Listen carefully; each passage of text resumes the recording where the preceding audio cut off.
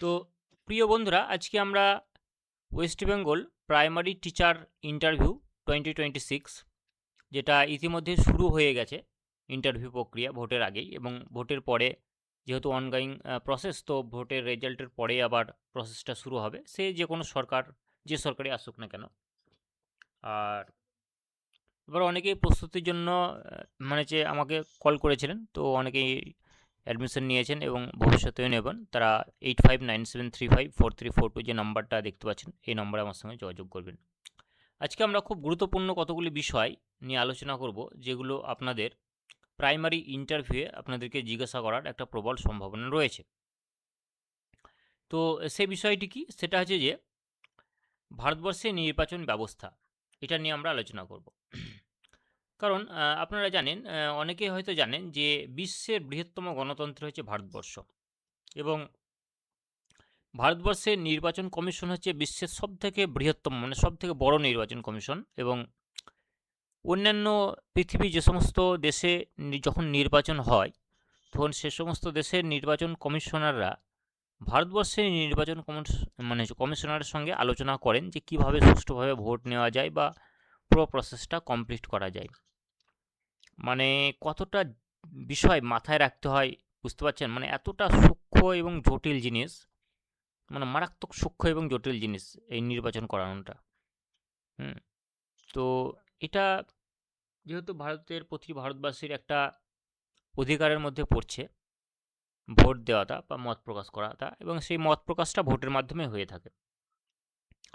আর এই কারণে ভোট গ্রহণ ব্যবস্থাটাকে একদম সুশৃঙ্খল, স্বচ্ছ এবং গণতান্ত্রিক যাতে হয়, এবং সংবিধান মেনে যাতে হয়, এবং প্রতিটি ব্যক্তি সংবিধান তাদেরকে যে ক্ষমতা দিয়েছে মত প্রকাশ করার ক্ষমতা, সেটা ভোটের মাধ্যমে যাতে প্রকাশ করতে পারে, তার জন্য ভারতবর্ষের নির্বাচন কমিশন একটা যে স্বাধীন সংস্থা, সেটা যে নির্বাচন করিয়ে থাকে, এবং এখানে অংশগ্রহণ করে কে প্রতিটি ভারতীয় নাগরিক অংশগ্রহণ করার অধিকার রয়েছে। এখানে আমরা জানি যে প্রতি 5 বছর অন্তর লোকসভা নির্বাচন হয়, প্রতি 5 বছর অন্তর বিধানসভা নির্বাচন হয়। লোকসভা নির্বাচন হলে দেশের যে কেন্দ্রীয় মন্ত্রী পরিষদ গঠিত হয়, প্রধানমন্ত্রী নির্বাচিত হয়। বিধানসভা নির্বাচনে কী হয় না, তো প্রতিটি রাজ্যের বা কেন্দ্রশাসিত অঞ্চল যেগুলো রয়েছে, সেক্ষেত্রে মুখ্যমন্ত্রী নির্বাচিত হয়। আর পঞ্চায়েত ভোট হয় প্রতি 5 বছর অন্তর। এগুলো আমরা অনেকেই জানি। তো লোকসভা আর বিধানসভা যে নির্বাচন হয়, সেক্ষেত্রে ইভিএম মেশিনের মাধ্যমে বা ইভিএম প্রযুক্তির মাধ্যমে কিন্তু হয়ে থাকে। আর যেটা পঞ্চায়েত নির্বাচন, সেটা যে ব্যালট পেপারের মাধ্যমে হয়ে থাকে। তো এটা আমরা অনেকেই জানি, জাস্ট সাধারণ কিছু আলোচনা করলাম, এরপরে ডিপলি আমরা একটু যাব। তো ভারতবর্ষের নির্বাচন কমিশন সম্পর্কে আমরা একটু জেনে নেই যে ভারতবর্ষের নির্বাচন কমিশন প্রতিষ্ঠিত হয় বা স্থাপিত হয় কত সালে। যেহেতু ভোট হয়ে গেল, তাহলে এই নির্বাচন সম্পর্কিত প্রশ্ন ইন্টারভিউ হবে 100% নিশ্চিত। এবার বিষয়গুলো আমাদেরকে ভালোভাবে জেনে যেতে হবে। তাহলে যদি আপনাকে প্রশ্ন করে ইন্টারভিউ বোর্ড মেম্বাররা, বা আপার প্রাইমারি টেটের ক্ষেত্রে যদি প্রশ্ন আসে, এটা রাষ্ট্রবিজ্ঞান বা পলিটিক্যাল সায়েন্সের অংশ হিসাবে ধরা হয়, তো অনেকগুলো অপশন থাকতে পারে। তো প্রশ্নটা যদি আসে যে ভারতবর্ষের নির্বাচন কমিশন কত সালে প্রতিষ্ঠিত হয় বা গঠিত হয়, তাহলে উত্তরটা হবে 1950 সালের 25শে জানুয়ারি। এবার 25শে জানুয়ারি দিনটা খুবই গুরুত্বপূর্ণ একটি দিন, আর এই 25শে জানুয়ারি দিনটি স্মরণ রাখার জন্য 25শে জানুয়ারি জাতীয় ভোটার দিবস পালন করা হয়। ইন্টারভিউ প্রশ্ন আসতে পারে জাতীয় ভোটার দিবস কত তারিখে পালন করা হয়, তো আপনি যদি না জেনে যান বলতে পারবেন না, এত সহজ জিনিস 25শে জানুয়ারি। বা আপার প্রাইমারি টেটেও প্রশ্ন আসতে পারে জাতীয় ভোটার দিবস পালন করা হয়, এবার অনেকগুলো অপশান দিয়ে দিল, 25শে জানুয়ারি, তারপরে 15ই আগস্ট, 26শে জানুয়ারি, 23শে জানুয়ারি, এরকম 4টে অপশান দিয়ে দিল। তাহলে আপনাকে সঠিক অপশান যেটা হবে 25শে জানুয়ারি, এটা বেছে নিতে হবে। এবং আরেকটি এখান থেকে খুব গুরুত্বপূর্ণ প্রশ্ন আসতে পারে উভয় ক্ষেত্রে, যে ভারতবর্ষের প্রথম নির্বাচন কমিশনার কে ছিলেন, প্রশ্ন যদি আপনাকে করে, উত্তর হবে সুকুমার সেন। এবং আরেকটি প্রশ্ন, যে কোন আইন অনুসারে বা বিধান অনুসারে ভারতবর্ষের যে লোকসভা এবং বিধানসভা নির্বাচন করে ভারতবর্ষের নির্বাচন কমিশন। তাহলে অ্যান্সারটা হচ্ছে the representation of the people act 1951, 1951 সালের রিপ্রেজেন্টেশন অফ পিপল অ্যাক্ট অনুসারে ভারতবর্ষের নির্বাচন কমিশন লোকসভা এবং বিধানসভার নির্বাচন পরিচালনা করে থাকে। এবার এই ভারতবর্ষের নির্বাচন কমিশনের যে সাংবিধানিক ভিত্তি সেগুলো আমরা একটু জেনে নেব। তো ভারতীয় সংবিধানের 324 নম্বর অনুচ্ছেদ অনুসারে নির্বাচন কমিশন গঠিত হয়। তাহলে এটাও প্রশ্ন আসতে পারে যে নির্বাচন কমিশন ভারতীয় সংবিধানে কত নম্বর অনুচ্ছেদ অনুসারে বা ধারা অনুসারে গঠিত হয়েছে? 324 নম্বর অনুচ্ছেদ অনুসারে নির্বাচন কমিশন গঠিত হয় এবং এটি একজন প্রধান নির্বাচন কমিশনার এবং 2 জন সহ নির্বাচন কমিশনার নিয়ে গঠিত হয়। এবার প্রশ্ন আসতে পারে যে বর্তমান কমিশনারগণ কে কে রয়েছেন? যেহেতু 3 জনের কথা বলা হয়েছে, একজন প্রধান এবং 2 জন সহকারী। তো বর্তমানে প্রধান নির্বাচন কমিশনার রয়েছেন শ্রী জ্ঞানেশ কুমার এবং তার সহযোগী 2 জন রয়েছেন ডক্টর সুখবীর সিং সাখু এবং ডক্টর বিবেক যোশী। মনে রাখবেন নাম, 3 জনের নাম মনে রাখবেন, খুবই গুরুত্বপূর্ণ। আর যদি প্রশ্ন করা হয় প্রথম নির্বাচন কমিশনার, সেক্ষেত্রে হবে সুকুমার সেন। আর বর্তমান প্রধান নির্বাচন কমিশনার হচ্ছে শ্রী জ্ঞানেশ কুমার, আর বাকি 2 জন রয়েছেন ডক্টর সুখবীর সিং সাখু এবং ডক্টর বিবেক যোশী। এবার যিনি নির্বাচন কমিশনার হিসাবে নিযুক্ত হন ভারতবর্ষের সংবিধান অনুসারে, তো তাদের কার্যকাল কত বছর হয়? দেখুন, এটা খুব গুরুত্বপূর্ণ, কারণ অনেকেই 5 বছর বলে ভুল করবেন, কিন্তু এটা কিন্তু 6 বছর। তাহলে প্রধান নির্বাচন কমিশনার এবং অন্যান্য কমিশনারের কার্যকাল হয় 6 বছর অথবা 65 বছর বয়স পর্যন্ত। মানে কারোর বয়স যদি 65 বছর বয়স হয়ে যায়, তাহলে তাকে কিন্তু মানে অবসর নিতে হবে এই নির্বাচন কমিশনারের পদ থেকে। তাহলে 65 বছর ম্যাক্সিমাম বয়স ব্যক্তির, 65 বছর পর্যন্ত। আর তার থেকে কম বয়স হলে তিনি 6 বছর পর্যন্ত ম্যাক্সিমাম থাকতে পারেন, তার বেশি থাকতে পারবেন না। এবং নির্বাচন কমিশন সম্পূর্ণ স্বাধীন একটি সাংবিধানিক সংস্থা ভারতবর্ষের, যা কোনো সরকারি চাপ ছাড়াই নির্বাচন পরিচালনা করে। মানে যে সরকারি কেন্দ্রে বা রাজ্যে থাকুক কিনা, মানে নিরপেক্ষ ভূমিকা পালন করবে এবং সম্পূর্ণ স্বাধীনভাবে সংবিধান মেনে মানে নির্বাচন পরিচালনা করবে। এটা হচ্ছে নির্বাচন কমিশনারের কাজ বা কমিশনের কাজ। নেক্সট, ভোট দেওয়ার অধিকার সম্পর্কে আমরা একটু জেনে নেব। দেখুন, ভারতীয় সংবিধানে ভোটাধিকার একটি মৌলিক অধিকার হিসেবে স্বীকৃত। সংবিধানের বিভিন্ন অনুচ্ছেদে এই অধিকারের বিস্তারিত বিধান রয়েছে। অনুচ্ছেদ 325, মনে রাখবেন এই অনুচ্ছেদগুলো খুবই গুরুত্বপূর্ণ। দুটো অনুচ্ছেদের কথা আপনারা মনে রাখবেন মেনলি, যেটা হচ্ছে একটা হচ্ছে গিয়ে অনুচ্ছেদ কত, একটা হচ্ছে অনুচ্ছেদ 325, আর একটা অনুচ্ছেদ হচ্ছে 326, 325 এবং 326 খুবই গুরুত্বপূর্ণ।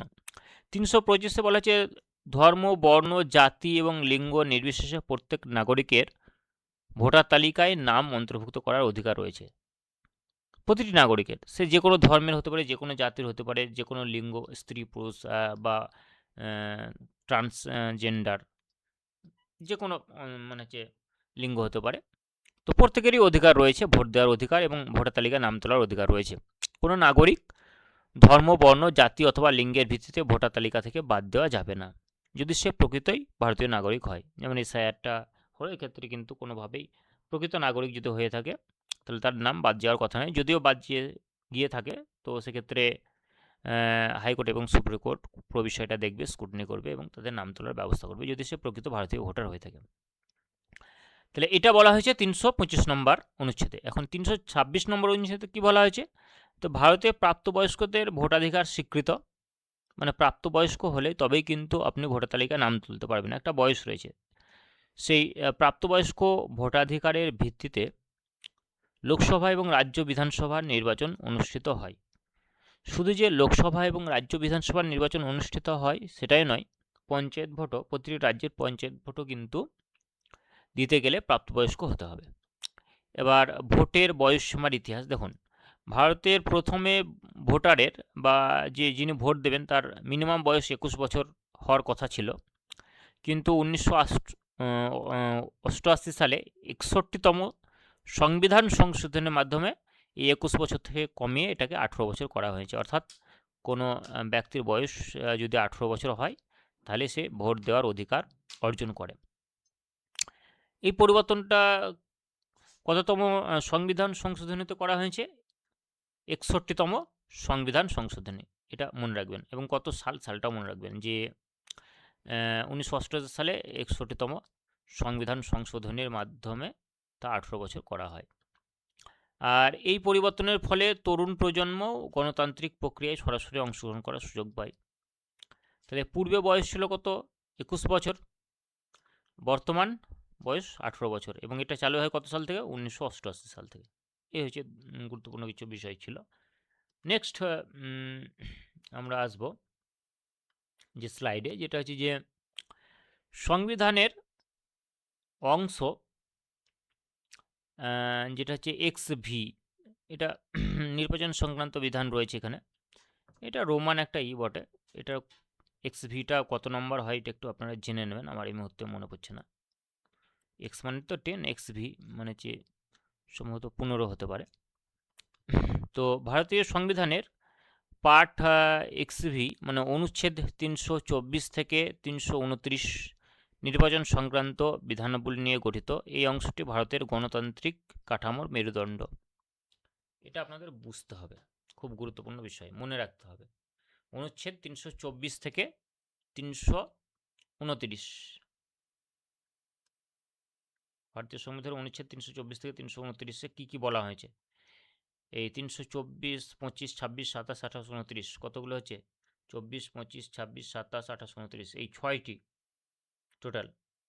টোটাল এই 6টি অনুচ্ছেদে খুবই গুরুত্বপূর্ণ বিষয়গুলো ব্যাখ্যা করা হয়েছে।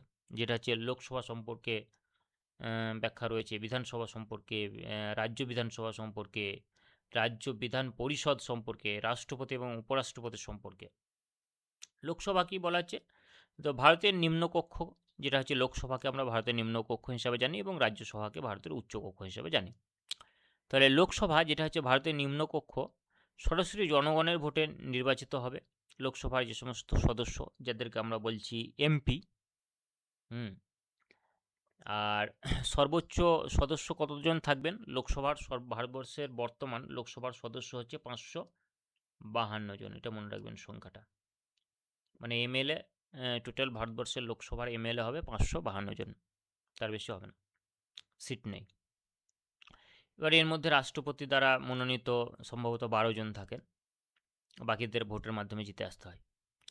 রাজ্যসভা ভারতের উচ্চকক্ষ যেটাকে বলা হয়েছে, এবং রাজ্য বিধানসভার সদস্যদের ভোটে নির্বাচিত হন সর্বোচ্চ 250 জন সদস্য। এই তথ্যগুলো একটু ক্রস চেক করবেন, ভুল হলেও হতে পারে, আপনারা একটু দেখে নেবেন, যেহেতু এর মাধ্যমে তৈরি করা পিপিটিটা একটু ক্রস চেক করে নেবেন। নেক্সট, রাজ্য বিধানসভা মানে আমাদের যেটা বর্তমানে এবার সরকার গঠিত হবে, 4 তারিখ ফল বেরোবে, তারপর সরকার গঠিত হবে, দিয়ে তো রাজ্য বিধানসভা আমাদের গঠিত হবে।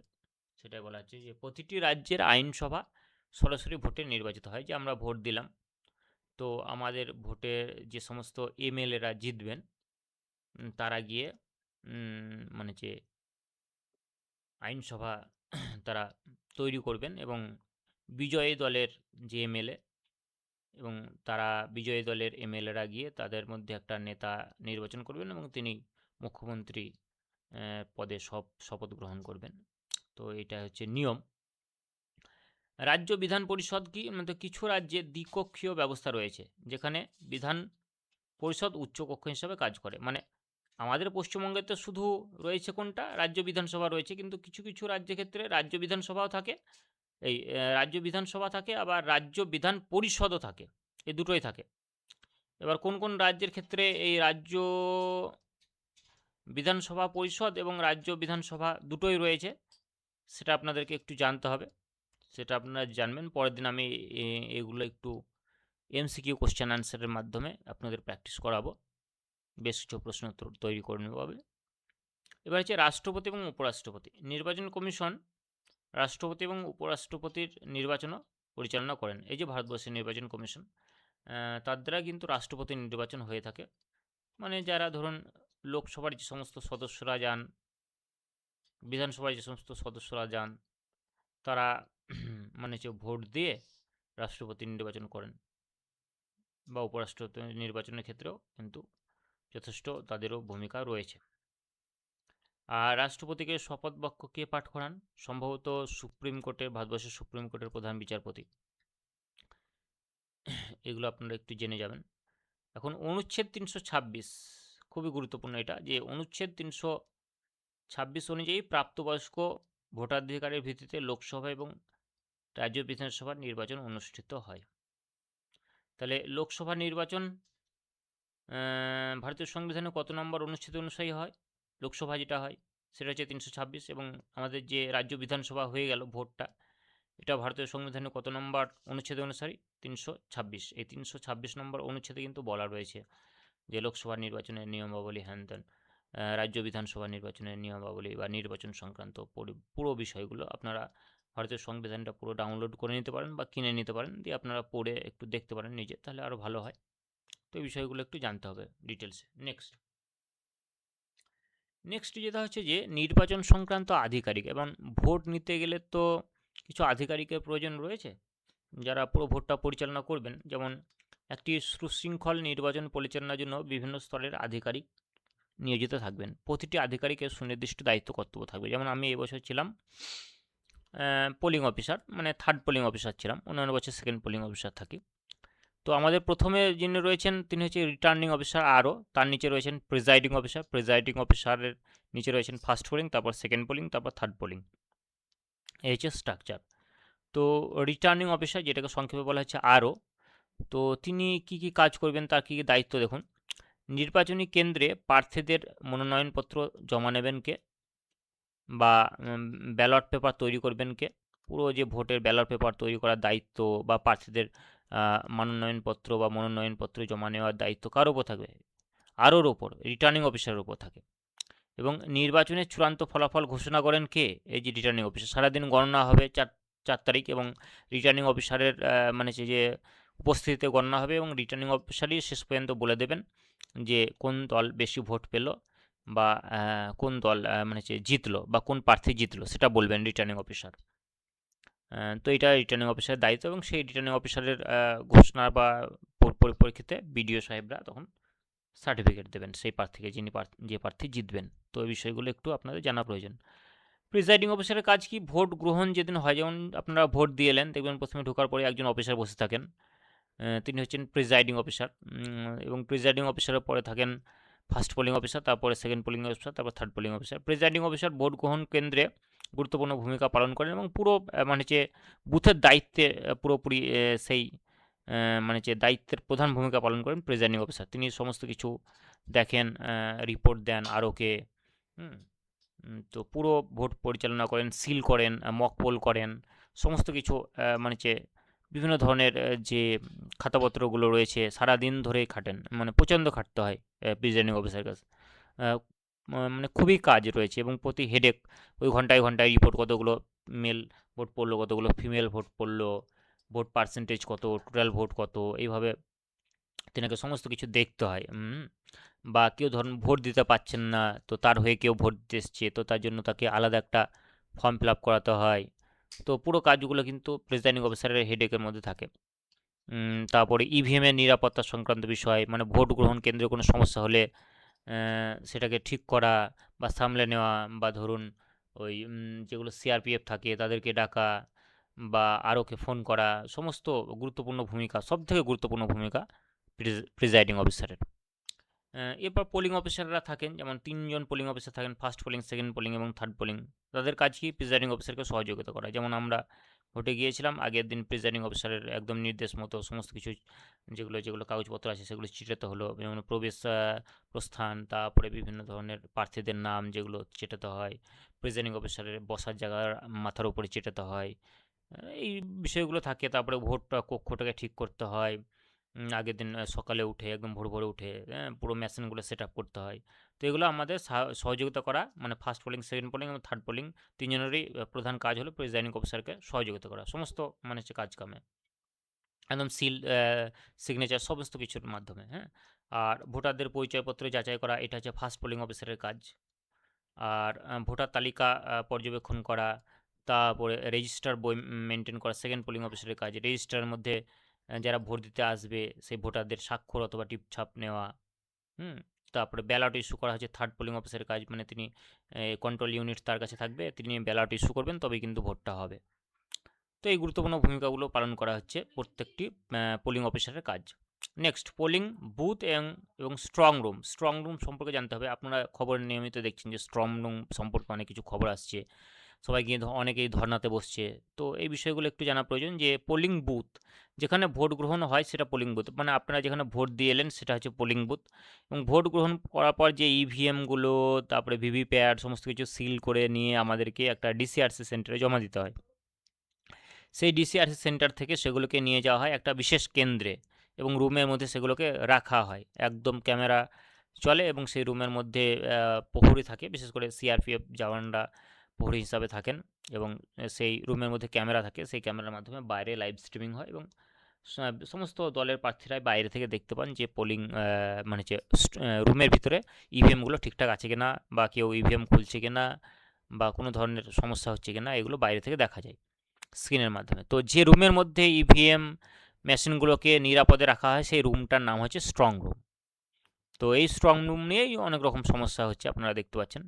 তো এটা হচ্ছে স্ট্রং রুম। যদি প্রশ্ন আছে, আপনাকে প্রশ্ন করা হয় যে স্ট্রং রুম বলতে আপনি কী বোঝেন, তাহলে বলবেন যে ভোট গ্রহণ সম্পূর্ণ হওয়ার পর ইভিএম মেশিনগুলোকে নিরাপদে যে রুমের মধ্যে রাখা হয় সেটাকে স্ট্রং রুম বলা হয়। বেশ, তাহলে এটা হয়ে গেল যে আধিকারিক সম্পর্কে আমরা জেনে নিলাম। এরপরে আরেকটু গুরুত্বপূর্ণ বিষয় যে নির্বাচনের মাধ্যম এবং প্রক্রিয়া। দেখুন, এখন যে পূর্বে ভারতবর্ষে যে ব্যালট পেপারের মাধ্যমে আমাদের ভোট তো ব্যালট পেপারে হয়েছে, মানে একটা মানে যে পেপার থাকে সেখানে সমস্ত মানে যে প্রার্থীদের নাম থাকে, তারপরে কে কোন মানে যে রাজনৈতিক দল থেকে দাঁড়িয়েছেন সেই রাজনৈতিক দলের নাম থাকে, সেই রাজনৈতিক দলের প্রতীক থাকে এবং আপনি যে রাজনৈতিক দলকে ভালোবাসেন ঠিক সেই রাজনৈতিক দলের প্রতীক চিহ্নের পাশে একটা ফাঁকা জায়গা থাকে, সেখানে পেনে করে টিক চিহ্ন দিতে হয়, মানে আপনার ভোটটা হয়ে গেল, মানে সেই প্রার্থীকে আপনি ভোট দেন। এরপর সেটাকে ভাঁজ করার নিয়ম আছে, সেইভাবে ভাঁজ করে খামের মধ্যে ভরতে হয়, সেই খামটাকে আরেকটা খামের মধ্যে ভরতে হয়, তারপর সিগনেচার করে ওটাকে একটা ড্রপ বক্সের মধ্যে ফেলে দিতে হয়। এটা হচ্ছে ব্যালট পেপারের মাধ্যমে ভোট দেওয়ার পদ্ধতি, যেটা আমাদের ভোটের ডিউটিতে যাওয়ার আগেই এই ভোটটা আমাদের করতে হয়। যারা ধরুন এই মানে ভোট কর্মী রয়েছেন তাদেরকে তাদের আগে থেকেই কিন্তু এভাবে ভোট নেওয়া হয় বা ভোট দিতেও হয়। তো আমরা দিয়েছি ভোটের ডিউটিতে যাওয়ার 3 দিন আগে আমাদের যখন সেকেন্ড ট্রেনিং যেদিন হয়েছিল সেদিন আমরা ভোট দিয়ে এসেছি এভাবে। তো বর্তমানে ইলেকট্রনিক ভোটিং মেশিন যেটাকে বলা হচ্ছে ইভিএম, হ্যাঁ খুব গুরুত্বপূর্ণ। যদি ইভিএম এর ফুল ফর্ম ধরে, ইভিএম এর ফুল ফর্ম কী বলুন, তাহলে আপনি কী বলবেন? Electronic voting machine. কত সালে চালু হয় যদি প্রশ্ন করে ইভিএম মেশিন, তাহলে 1997 সালে। এটা খুব গুরুত্বপূর্ণ বিষয় যে ইভিএম প্রথম ব্যবহৃত হয় 1997 সালে এবং 2004 সাল থেকে ইভিএম ভোট গ্রহণের একমাত্র পদ্ধতি হয়ে উঠেছে। আর 2004 সাল থেকে ইভিএমে ভোট গ্রহণ শুরু করেছে। ইভিএম তৈরি করেছে কে? ভারত ইলেকট্রনিক্স লিমিটেড, বিইএল, এবং Electronics Corporation of India Limited, ECIL. খুবই গুরুত্বপূর্ণ এই তথ্যগুলো, খুবই গুরুত্বপূর্ণ। হ্যাঁ, এগুলো খাতায় লিখে হ্যান্ড রিটেন নোটস তৈরি করবেন, ছোট ছোট করে, তবে মনে থাকবে বিষয়গুলো, দিয়ে রিভাইজ করবেন। তো ইভিএম কারা তৈরি করে? তো ইভিএম তৈরি করে দুটি সংস্থা ভারতবর্ষের, বা লিমিটেড কোম্পানি আমরা বলতে পারি, যেটা হচ্ছে ভারত ইলেকট্রনিক্স লিমিটেড একটা, আর একটা হচ্ছে electronics Corporation of India limited. বেশ, নির্বাচন প্রক্রিয়ার ধাপ, মানে কিভাবে পরপর নির্বাচন, পুরো নির্বাচন প্রক্রিয়াটা কীভাবে হয়। প্রথমে প্রার্থী, বিভিন্ন রাজনৈতিক দল তাদের প্রার্থী ঠিক করে, সেই প্রার্থীগুলো গিয়ে আরওর কাছে, মানে রিটার্নিং অফিসের কাছে মনোনয়নপত্র জমা দেয়। তারপর মানে রিটার্নিং অফিসারের তরফ থেকে পরবর্তীকালে মানে যে প্রার্থীদের তালিকা প্রকাশ করা হয়। তারপর তখন নির্বাচনী প্রচার শুরু হয়, বিভিন্ন রাজনৈতিক দল নিজেদের মতো করে প্রচার শুরু করেন এবং সেটার সময় দেওয়া হয়, একটা নির্দিষ্ট সময়ের মধ্যে প্রচার সম্পূর্ণ হয়। তারপর ভোট গ্রহণ শুরু হয় এবং সেটা সকাল 7টা থেকে সন্ধ্যা 6টা পর্যন্ত ভোট গ্রহণ শুরু হয়, যেটা আপনারা ভোট দিয়ে এসছেন। এবং সরকারি কর্মচারীরা ভোট গ্রহণ কেন্দ্রে ভোট কর্মকর্তা হিসেবে নিয়োজিত থাকেন, যেমন আমরা সরকারি কর্মচারী বা আধা সরকারি কর্মচারী হিসাবে আমরা ভোট গ্রহণ কেন্দ্রে ভোট কর্মকর্তা হিসাবে বা পোলিং অফিসার হিসাবে নিযুক্ত ছিলাম। তবে মডেল কোড অফ কন্ডাক্ট, যেখানে বলা হচ্ছে যে নির্বাচনী প্রচারের সময় সব রাজনৈতিক দল এবং প্রার্থীদের এই আচরণবিধি মেনে চলতে হয় এবং এটি নির্বাচন কমিশন জারি করে। তাহলে প্রশ্ন আসতে পারে যে মডেল কোড অফ কন্ডাক্ট কী? মানে মডেল কোড অফ কন্ডাক্ট হলো যে একটা গাইডলাইন যেটা নির্বাচন কমিশন দিয়ে থাকেন, সেই গাইডলাইনের মধ্যে আচরণবিধি লেখা থাকে যে কী কী রাজনৈতিক দলের নেতারা কী কী করতে পারবেন বা প্রার্থীরা কী কী করতে পারবেন আর কী কী করতে পারবেন না। সে সমস্ত গাইডলাইন বা আচরণবিধি যে নিয়মের মধ্যে থাকে সেই নিয়মটাকে বলা হচ্ছে মডেল কোড অফ কন্ডাক্ট। ঠিক আছে, বেশ, আমরা নেক্সট স্লাইডে চলে আসবো। এবার ইভিএম সম্পর্কে আমরা একটু জেনে নেই। আপনারা দেখতে পাচ্ছেন পুরো ইভিএম যেটাকে বলা হচ্ছে ইলেকট্রনিক ভোটিং মেশিন। তো এখানে বলা হচ্ছে ইলেকট্রনিক ভোটিং মেশিন বা ইভিএম অত্যন্ত নিরাপদ এবং স্বচ্ছ একটা প্রযুক্তি হিসাবে ধরা হচ্ছে বর্তমানে, কারণ এগুলো যেহেতু নেটের সঙ্গে এর কোনো কানেকশান নেই, তাই জন্য কোনো হ্যাকাররা হ্যাক করার কোনো সম্ভাবনা নেই, 0% সম্ভাবনা হ্যাক করার, কারণ কোনোভাবে একে হ্যাক করা যাবে না। কারণ যখন কোনো জিনিস মোবাইল হোক, ল্যাপটপ হোক বা অন্য কোনো জিনিস যখন নেটের সঙ্গে সম্পর্কিত থাকবে তখন সেটাকে হ্যাক করা অত্যন্ত সহজ। কিন্তু যখন সেটা মানে যে ব্যাটারির মাধ্যমে চলবে, তার নেটের সঙ্গে কোনো ধরনের কানেকশন থাকবে না বা ওয়াইফাইয়ের সঙ্গে কোনো ধরনের কানেকশন থাকবে না, তখন সেটাকে হ্যাক করা প্রায় অসম্ভব। এবং এই যে আমরা ইভিএম বা ইলেকট্রনিক ভোটিং মেশিন বললাম, এটি 3টি প্রধান অংশ নিয়ে গঠিত। এই পুরো সেটআপটাকে বলা হচ্ছে ইভিএম বা ইলেকট্রনিক ভোটিং মেশিন। এই পুরো সেটআপের মধ্যে কী কী রয়েছে? ইভিএম এর মধ্যে 3টি ইউনিট রয়েছে। একটা হচ্ছে সিইউ কন্ট্রোল ইউনিট, যেটা হচ্ছে এখানে ব্যালট পেপার ইস্যু করতে হয়, এখানে আপনি টিপবেন পোলিং অফিসার হিসাবে, তবে এখানে আলো জ্বলবে এবং আলো জ্বলার সঙ্গে সঙ্গে সে ভোট গিয়ে এখানে যখন প্রেস করবে বাটনে তখন ভোটটা হবে। বাটনে প্রেস করার পর নির্দিষ্ট প্রার্থীর পাশে যখন এই নীল বাটনে প্রেস করলো, সঙ্গে সঙ্গে এইখানে দেখবেন সেই প্রার্থীর বা সেই রাজনৈতিক দলের যে প্রতীক চিহ্ন সেটা কেটে নিচে পড়ে যাবে। নিচে পড়ে গেলে ওই বক্সের মধ্যে মানে ভিভিপ্যাটের মধ্যে যখন পড়ে গেল কেটে প্রতীক চিহ্নটা, তারপরে কিন্তু একটা আওয়াজ হবে, হ্যাঁ, বিফ একটা আওয়াজ হবে, বেশ কয়েক সেকেন্ড আওয়াজ হবে, তারপর এই লাইটটা বন্ধ হয়ে গেল, মানে ওর ভোটটা কমপ্লিট হয়ে গেল। পরের জন্য আবার যখন ভোট দিতে আসবেন তখন এই কন্ট্রোল ইউনিটে এই ব্যালট পেপারটা আবার প্রেস করতে হবে এখানে, তখন আবার এখানে আলো জ্বলবে, তখন সে ভোটার আবার ভোট কেন্দ্রে গিয়ে এই ব্যালট ইউনিটের মধ্যে তার পছন্দের প্রার্থীর পাশে আবার যখন প্রেস করবেন নীল কালারের বাটন, তখন আবার এখান থেকে কেটে নিচের মধ্যে পড়বে এবং বেশ কিছুক্ষণ আওয়াজ হবে, বিপ আওয়াজ, তারপরে এই লাইটটা আবার বন্ধ হয়ে যাবে। এইভাবে পুরো প্রসেসটা চলতে থাকে, যেগুলো আমরা আমার প্র্যাকটিক্যাল অভিজ্ঞতা থেকে বললাম, কারণ অনেকবার ভোট আমি পরিচালনা করে এসেছি। তো প্রথম যেটা হচ্ছে সেটা হচ্ছে এটা, যেটাকে বলা হচ্ছে সিইউ, মানে হচ্ছে ফুল ফর্ম হচ্ছে কন্ট্রোল ইউনিট। এটা হচ্ছে মেন জিনিস কিন্তু, হ্যাঁ, পুরো জিনিসটাকে কন্ট্রোল, এই দুটো মেশিনকে কন্ট্রোল করছে এটা, তাই জন্য এর নাম হচ্ছে কন্ট্রোল ইউনিট। এটা থাকে থার্ড পোলিং অফিসারের কাছে। তো ভোট গণনা করে এটি, যে কতগুলো টোটাল ভোট কত হলো এটা দেখিয়ে দেবে, কটা বাসছে, কত পার্সেন্ট ব্যাটারি চার্জ আছে, কতগুলো টোটাল ভোট হলো, পুরো বিষয়ে এখানে দেখা যাবে। কতগুলো রাজনৈতিক দলের প্রার্থী রয়েছে পুরো এখানে প্রেস করলে, একবার প্রেস করে দিলে পুরো পরপর দেখাবে, চেক করবে একদম পরপর। দারুণ জিনিস এটা। তাহলে ভোট গণনা করে প্রিজাইডিং অফিসারের কাছে এটা থাকে। এটা প্রিজাইডিং অফিসারের কাছে মানে প্রথম দিন থাকে, কিন্তু যেদিন ভোট গ্রহণ হয় সেদিন এটা চলে যায় প্রিজাইডিং অফিসারের কাছ থেকে থার্ড পোলিং অফিসারের কাছে, মানে থার্ড পোলিং অফিসার পুরো এটা পরিচালনা করেন এবং এটাকে বলা হচ্ছে পুরো মেশিনের মস্তিষ্ক। তার জন্যই তো নাম হচ্ছে কন্ট্রোল ইউনিট, 3টে ইউনিটকেই কন্ট্রোল করছে, মানে এই দুটো ইউনিটকে কন্ট্রোল করছে, তার জন্য হচ্ছে কন্ট্রোল ইউনিট, খুবই গুরুত্বপূর্ণ জিনিস। নেক্সট হচ্ছে ব্যালট ইউনিট, বিইউ, এটাকে বলা হচ্ছে ব্যালট ইউনিট।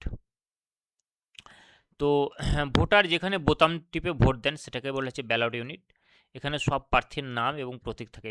এখানে প্রথমে কি থাকবে? প্রথমে সেই রাজনৈতিক দলের প্রতীক চিহ্নগুলো থাকবে, প্রতীক চিহ্নের পাশে প্রার্থীর নাম থাকবে, তার পাশে বাটন থাকবে, এইভাবে। ভিভিপ্যাট কোনটা? এই যে ভিভিপ্যাট আপনারা দেখতে পাচ্ছেন যে voter very verifiable paper audit trail, যেটাকে বলা হচ্ছে ভিভিপ্যাটের ফুল ফর্ম। এটাও মনে রাখবেন ভিভিপ্যাটের ফুল ফর্ম কী আসতে পারে, আপনাকে জিজ্ঞেস করতে পারে ইন্টারভিউ। তো এটা হচ্ছে ভিভিপ্যাট, যেটা আপনাদেরকে একটু আগে আমি ব্যাখ্যা করলাম। তো ভোটার দেখতে পান যে কোন প্রার্থীকে তিনি ভোট দিয়েছেন এবং ভোট দেওয়ার পর একটি কাগজের স্লিপ বের হয়, যাতে প্রার্থীর প্রতীক দেখা যায় এবং 7 সেকেন্ড দেখা যায়, তারপর সেটা কেটে পড়ে যায় নিচের মধ্যে এবং এইগুলো জমা হয় গণনার সময়। এখানে টোটাল ভোট দেখানো হয়, কতগুলো টোটাল ভোট, এবং এখানে এইগুলো খুলে, এই বক্সটা খুলে গণনা করা হয় এবং দেখা হয় যে কোন রাজনৈতিক দল কতগুলো পেয়েছে দেখে গণনা করা হয় এবং টোটালটাও মিলিয়ে দেখা হয় এই মানে কন্ট্রোল ইউনিটের সঙ্গে। কন্ট্রোল ইউনিটে যত টোটাল ভোট দেখাবে, ধরুন 500 কি 550 কি 600 যেটা দেখাবে, সেটার সঙ্গে এই ভিভিপ্যাটে যেগুলো জমা হবে কেটে কেটে, সেগুলো গণনা করে মিলিয়ে দেখা হয় টোটাল ঠিক আছে কিনা দুটো। আর কোন রাজনৈতিক দল কটা ভোট পেয়েছে সেটা দেখার জন্য ভিভিপ্যাট থেকে যে কাগজগুলো কেটে পড়বে সেগুলো পরবর্তীকালে গণনা করা হয়। এটা গণনা হবে 4 মে। মানে 4 সেগুলো আপনারা দেখতে পাবেন, পুরো বিষয়টা বুঝা যাবেন। নেক্সট স্লাইডে আমরা আসছি, আর দুটি স্লাইড আছে, 2 থেকে 3টি। দেখুন ভিভিপ্যাডে আরেকবার আমি যাই, এখানে ভিভিপ্যাডে অনেকগুলো প্রার্থীর নাম থাকলো, তো পরপর রাজনৈতিক দল প্রার্থীর নাম থাকলো। এবার এখানে যখন মানে 11 জন প্রার্থী রয়েছে, তো 11 জন প্রার্থীর নাম থাকলো, তো 11 জন প্রার্থীর পরের যে ঘরটা থাকবে 12 নম্বর, সেখানে থাকবে নোটা, NOTA, নোটা। নোটা মানে নান অফ দ্য অ্যাবভ, মানে আগে যে 11 জন প্রার্থী ছিল বিভিন্ন রাজনৈতিক দলের, সো 11 জন প্রার্থীকেই আমার যখন পছন্দ নয়, কেউই ভালো কাজ করছে না বা কাউকে আমার পছন্দ নয়, তো আমি 12 নম্বরে যে নোটা রয়েছে সেটাতে আমি কিন্তু ভোট দিতে পারি।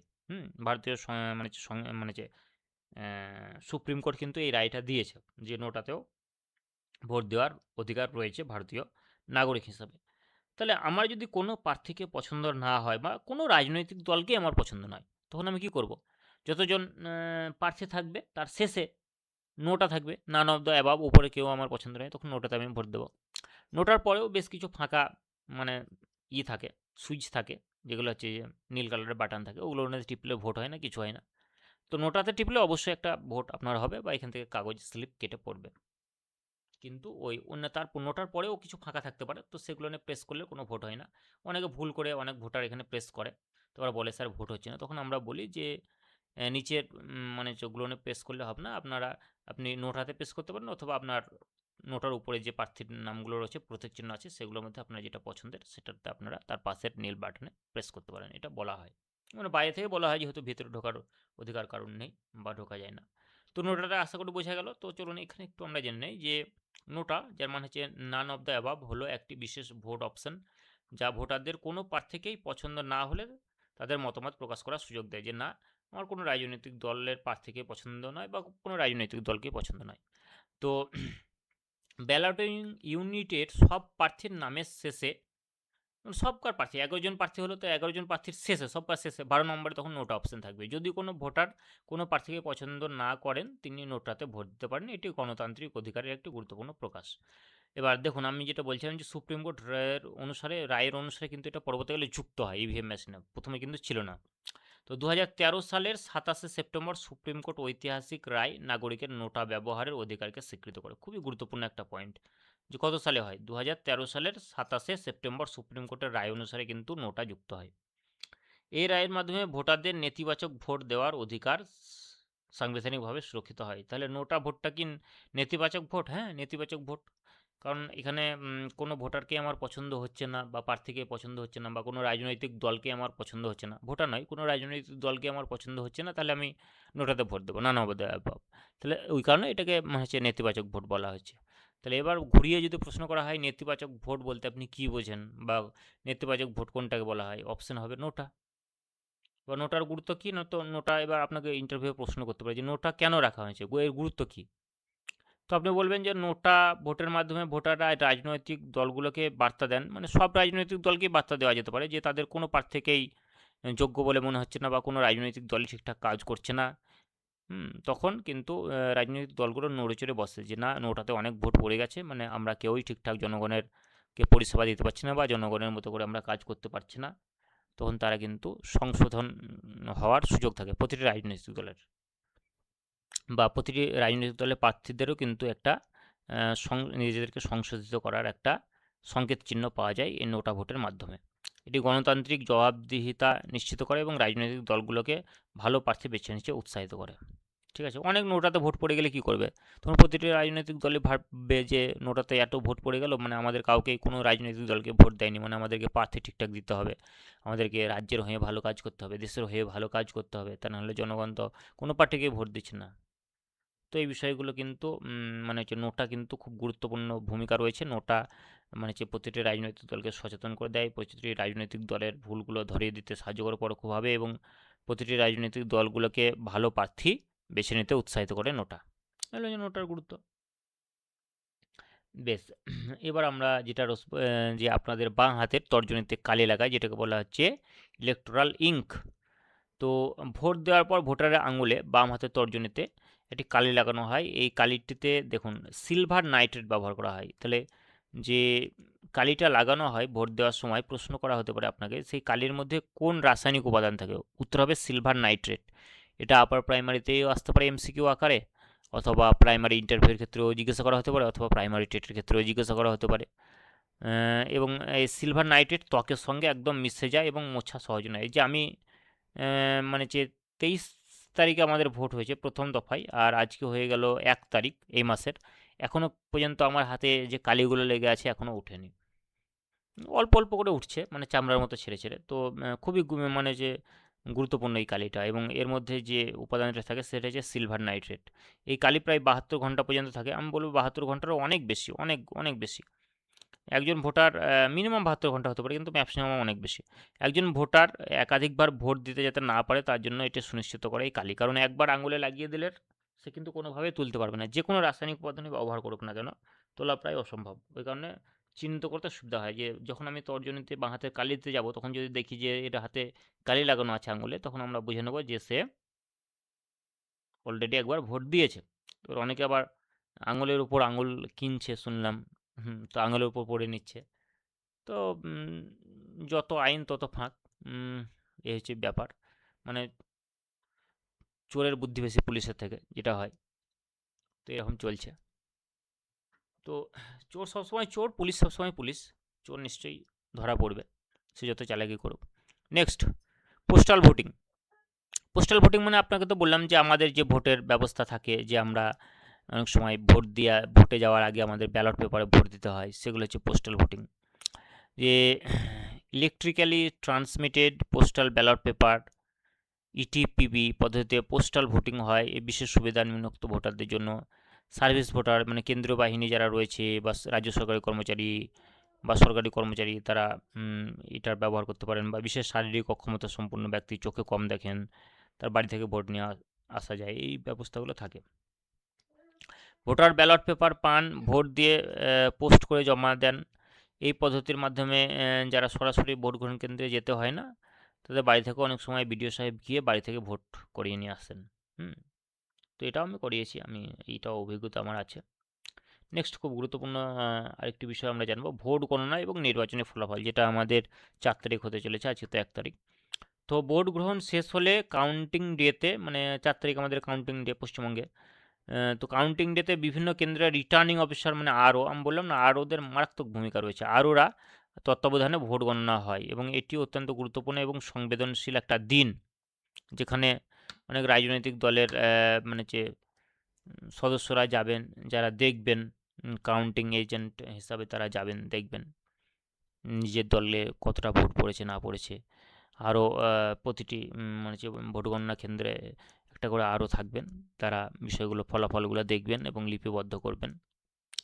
তো ভোট গ্রহণ সমাপ্তি সন্ধ্যা 6টায়। ভোট গ্রহণ হলে ইভিএম মেশিনগুলো স্ট্রং রুমে নিরাপদে নিয়ে যাওয়া হয়, এটা জানি। গণনা পদ্ধতি: নির্ধারিত দিনে রিটার্নিং অফিসারের তত্ত্বাবধানে বিভিন্ন কেন্দ্রে ইভিএম মেশিন খোলা হয়, সিল থেকে আনসিল করা হয়, এবং সেগুলো থেকে গণনা শুরু হয়। গণনা শেষে রিটার্নিং অফিসার বিজয়ী প্রার্থীর নাম ঘোষণা করেন, এবং যে প্রার্থী সবচেয়ে বেশি ভোট পান তিনি বিজয়ী হন। মানে কোনো প্রার্থী কত ভোট পেয়েছেন দিয়ে বিজয়ী হয়েছেন সেটা ঘোষণা করেন রিটার্নিং অফিসার, কিন্তু সার্টিফিকেটটা রিটার্নিং অফিসার দেন না, সার্টিফিকেটটা দেন বিডিও। এবার 1950 সালে প্রতিষ্ঠা হয় ভারতীয় নির্বাচন কমিশনে, যেটা আমরা আগে আপনাকে বলেছি। আর 18 বছর বয়সে ভোট গ্রহণের অধিকার হয়। আর 2004 সাল থেকে ইভিএমের মেশিনের মানে শুরু হয়। তো ভোট দেওয়া শুধু একটি অধিকার নয়, এটি গণতান্ত্রিক দায়িত্ব। তাই প্রতিটি ভারতবর্ষের উচিত এই গণতান্ত্রিক দায়িত্ব পালন করা এবং আমাদের দেশের ভবিষ্যৎ গঠনে সহায়তা করা। এই ছিল গুরুত্বপূর্ণ বিষয়। আপার প্রাইমারি টেটের ব্যাচ আমাদের ইতিমধ্যে 1 মাস কমপ্লিট হয়েছে, রেকর্ডেড ক্লাসগুলো রয়েছে, অ্যাপের মধ্যে পর্ব পেয়ে যাবেন। অ্যাপটা 99% অ্যাপ কমপ্লিট করে ফেলেছি আমি আজকে। কিছুদিনের মধ্যে আপনাদেরকে আমি লিঙ্ক দিয়ে দেবো, সেখান থেকে আপনারা প্লে স্টোর থেকে ইনস্টল করে নেবেন অ্যাপ। আর প্রতিটি অ্যাপের মধ্যে আমি ভিডিওগুলো পরপর চ্যাপ্টার ওয়াইজ সাজিয়ে দেবো, আপনারা সেখান থেকে দেখে নিতে পারবেন। লাইভ ক্লাস অ্যাপের মধ্যেই করতে পারবেন। আর প্রতিটি লাইভ ক্লাসের শেষে একটা অপশন থাকবে, পিডিএফ নোটস অপশন। সেখান থেকে প্রতিটি লাইভ ক্লাসের যে নোটস, সেগুলো সেই পিডিএফ সেকশনে গিয়ে ক্লিক করে নোটসগুলো ডাউনলোড করে নিয়ে প্রিন্টও করতে পারেন, পড়তেও পারেন। এই হচ্ছে বিষয়। যারা অ্যাডমিশন নিতে চান তারা আমার হোয়াটসঅ্যাপ নাম্বার 8597354342 এই নম্বরে যোগাযোগ করতে পারেন। নিয়মটা হচ্ছে, আপনি আমাকে হোয়াটসঅ্যাপে বলবেন যে আপার প্রাইমারি মিশন সাকসেস ব্যাচে অ্যাডমিশন নিতে চাই, তাহলে আপনাকে পুরো পদ্ধতি জানিয়ে দেওয়া হয়। ফিসটা জানিয়ে রাখি, 5 মাসের কোর্স, প্রতি মাসে 99 টাকা, মানে প্রতি মাসের শুরুতে 1 থেকে 7 তারিখের মধ্যে 99 টাকা পেমেন্ট করবেন আমাকে, তাহলে কিন্তু আপনারা পুরো মাসটা ক্লাস করতে পারেন। এভাবে 5 মাসের ক্লাস হবে। এর মধ্যে মানে যেমন থিওরিও বোঝানো হবে, সেরকম এমসিকিউ প্র্যাকটিসও করানো হবে, মক টেস্টও নেওয়া হবে। নেক্সট আমাদের এখন যেটা চলছে যে প্রাইমারি মক ইন্টারভিউ সেশন, এটা অনেকেই আপনারা লাইভ ক্লাস করছেন জানেন, আর যারা লাইভ ক্লাস করছেন না পরবর্তীকালে ইউটিউবে দেখবেন, তাদের উদ্দেশ্যে জানিয়ে রাখি, আমার লেখা দুটি বই রয়েছে, একটা ভাইভার ওপর যেটা হচ্ছে ইন্টারভিউ বুস্টার, আর একটা হচ্ছে ডেমোর ওপর যেটা হচ্ছে আর্ট অফ টিচিং। দুটো প্রিন্টেড বই আপনার বাড়িতে পৌঁছে দেওয়া হবে এবং স্পিড পোস্টের মাধ্যমে, আপনার কোনো ডেলিভারি চার্জ লাগবে না। আর 10টি পিডিএফ নোটস পাবেন আপনি, সঙ্গে সঙ্গে আপনাকে হোয়াটসঅ্যাপে পাঠিয়ে দেবো। আর একটা হোয়াটসঅ্যাপ গ্রুপ রয়েছে, paid WhatsApp group primary interview, সেখানে আপনাকে অ্যাড করে নেওয়া হবে। সেখানে আপনি বেশ কিছু পিডিএফও পাবেন এবং লাইভ ক্লাসগুলো করতে পারবেন গুগল মিটের মাধ্যমে। যেমন এখন অনেকে গুগল মিটের মাধ্যমে লাইভ ক্লাস করছেন, সেরকম লাইভ ক্লাস করতে পারবেন। কিছু কিছু লাইভ ক্লাসের রেকর্ডিং ইউটিউবে আমরা ছাড়া হয়, আর বাকিগুলো এই ক্লাসগুলো রেকর্ডিং হয়ে গেলে এগুলো অ্যাপের মধ্যে থেকে যাবে। এই ব্যাচটার মাধ্যমে আপনারা ব্যাচের মধ্যে ক্লিক করবেন অ্যাপে গিয়ে, তো প্রতিটি লাইভ ক্লাস যেগুলো হয়েছে আমার কাছে রেকর্ডিং আছে, সেগুলো আমি আপলোড করে দেবো, পরপর দেখতে পারবেন যারা পরে জয়েন করেছেন বা অ্যাডমিশন নিয়েছেন এই ব্যাচের মধ্যে। এগুলো দেখতে পাবেন, নিশ্চিন্তে থাকুন, অসুবিধা নেই। আর যে নোটসগুলো আমি আগে দিয়েছি সেগুলো অ্যাপের মধ্যেও আমি আপলোড করে দেবো, আপনারা সেখান থেকে ডাউনলোড করে নিতে পারবেন, অথবা সেই পিডিএফ নোটসগুলো আমি এই গ্রুপের মধ্যেও পাঠিয়ে দেবো, সেখান থেকেও আপনারা ডাউনলোড করে নিতে পারবেন, প্রিন্ট করে নিয়ে পড়তে পারবেন। তো এই ছিল কতগুলো বিষয় আজকে আপনাদের সঙ্গে আমি আলোচনা করলাম। এবার আপনারা বেশ কয়েকজন যুক্ত রয়েছেন, প্রায় 9-10 জন যুক্ত রয়েছেন। আপনাদেরকে আমি যতটা পারলাম বোঝানোর চেষ্টা করলাম। এখন আপনারা বলুন কারো কোনো সমস্যা থাকলে বা বুঝতে পারলেন কি না। পরের দিন এই যে চ্যাপ্টারটা আমি বোঝালাম ভারতের নির্বাচন ব্যবস্থা, এই চ্যাপ্টারের ওপর 20টি এমসিকিউ প্র্যাকটিস করাবো, এবং ইন্টারভিউয়ের নেক্সট ডে যখন আপনাদের আমি ভাইভা নেব, তখন এখান থেকে অনেকগুলো প্রশ্ন আপনাদের করবো। আপনাদেরকে পিডিএফ আমি অলরেডি শেয়ার করে দিয়েছি গ্রুপে, পুরো পিডিএফটা ভালোভাবে পড়বেন, এবং এমসিকিউ কোশ্চেন অ্যান্সারের পিডিএফটাও শেয়ার করে দেবো, সেটাও পড়বেন, এবং লাইভ ক্লাস যখন হবে সেটাও ভালোভাবে দেখবেন। আর এখান থেকে বেশ কিছু ক্রিটিক্যাল প্রশ্ন আমি এটাতে ধরবো, প্লাস 4 তারিখে রেজাল্ট হয়ে যাওয়ার পর আরেকটা আমি পিডিএফ তৈরি করব খুব ভালো, মানে পিপিটি। সেখানে আমি পুরো বিধানসভা নির্বাচন সম্পর্কে বিস্তারিত সেখানে তথ্য থাকবে। তো সেগুলো তো আপনাদেরকে আমি লাইভ ক্লাস করাবো, এবং তার নোটসটা আমি দিয়ে দেবো, এবং সেখান থেকেও 20টা আরও এমসিকিউ কোশ্চেন অ্যান্সার আপনাদের প্র্যাকটিস করাবো, এবং পরবর্তীকালে যখন ভাইভা নেব তখন আজকের যে পিডিএফ বা পিপিটি সেটা থেকে, এবং পরবর্তীকালে যে আমি পিপিটিটা তৈরি করব ওই দুটো পিডিএফ থেকে কিন্তু আপনাদের প্রাইমারি ইন্টারভিউয়ের যে ভাইভা প্র্যাকটিস হবে সেখানে কিন্তু গুরুত্বপূর্ণ প্রশ্নগুলো আপনাদেরকে আমি ধরবো। সুতরাং আপনারা পিডিএফগুলো প্রিন্ট করে নিয়ে ভালোভাবে পড়বেন, আর পিডিএফ থেকে মানে short notes, hand written notes আপনারা কোনো খাতায় তৈরি করতে পারেন ছোটো ছোটো করে। এই হচ্ছে বিষয়, যেটুকু আমার বলার ছিল বললাম। বেশ, এবার অনেকে যুক্ত রয়েছেন, রথিন দেব শর্মা, রেক্সোনা পারভিন, শায়ন কুণ্ডু, সুকমল রাহুল, মমতাময়ী মণ্ডল, মণিমালা বারিক, কবিরা জয়দেব দাস, আলিশা খাতুন। বেশ, বলুন আপনারা ঠিকঠাক বুঝতে পারলেন কিনা, বা কারো কোনো অসুবিধা থাকলে একটু জানান প্লিজ, নইলে আজকে লাইভ ক্লাস এখানে এন্ড করবো। হ্যালো। হ্যাঁ স্যার, বুঝতে পেরেছি স্যার। বেশ, ঠিক আছে, অসংখ্য ধন্যবাদ। ঠিক আছে, তাহলে আমি পিডিএফটা পাঠিয়ে দিচ্ছি, পিপিটিটা আরেকবার। ঠিক আছে, বেশ। ঠিক আছে বেশ, গুড নাইট, রাখছি তাহলে। আর কেউ কিছু বলবেন? স্যার, বলছি ভোটের মানে রেজাল্ট বেরোনোর পরে ওই স্যার ওই ভিটামিন নিয়ে যে একটা ক্লাস করেছিলেন, ওটা আর একবার একটু রিপিট করিয়ে দেবেন, যে কোন ভিটামিনে কি থাকে, কোনটার কি উপকার থাকে, ওইটা যেটা করিয়েছিলেন। বেশ, আমি একটা পিপিটি তৈরি করে নেবো খুব সুন্দরভাবে, একদম ইমেজ ছবি সহকারে দিয়ে আপনাদেরকে একবার লাইভ ক্লাস করিয়ে দেবো। হুম। হ্যাঁ স্যার, কোন ভিটামিন কোন প্রোটিন ও কোনটা কি, ওইটা নিয়ে একবার একটা করিয়ে দেবেন। বেশ, ঠিক আছে, ওটাও করে দেবো, এবং নোটসটা আপনাদের গ্রুপে দিয়ে দেবো, অসুবিধা হবে না। আর হ্যাঁ স্যার। আমাদের আপার প্রাইমারির যে ওপেন যে ব্যাচটা রয়েছে, মানে ওপেন টু অল, সে ব্যাচে প্রায় 450-র কাছাকাছি স্টুডেন্ট রয়েছে। ওই ব্যাচের মধ্যে লিঙ্কটা আমি ইউটিউব ভিডিও যখন আপলোড করবো তখন লিঙ্কটা দিয়ে দেবো। আপনার বন্ধুবান্ধব আত্মীয় স্বজন কেউ থাকলে সেই লিঙ্কটা শেয়ার করে জয়েন করতে পারেন, বা পরবর্তীকালে যারা দেখবেন তারা ওই লিঙ্ক থেকে মানে যে প্রাইমারি ইন্টারভিউয়ের যে ওপেন টু অল মানে যে হোয়াটসঅ্যাপ গ্রুপ রয়েছে সেখানে অ্যাড হয়ে যেতে পারেন। এবং আপার প্রাইমারি যারা যুক্ত রয়েছেন, আপার প্রাইমারি একটা ব্যাচ রয়েছে, তো সেই হোয়াটসঅ্যাপ গ্রুপে অনেকে যুক্ত হতে পারেন। বেশ, ঠিক আছে, প্রত্যেককে শুভরাত্রি জানিয়ে আজকে লাইভ ক্লাস এখানে শেষ করলাম। ধন্যবাদ।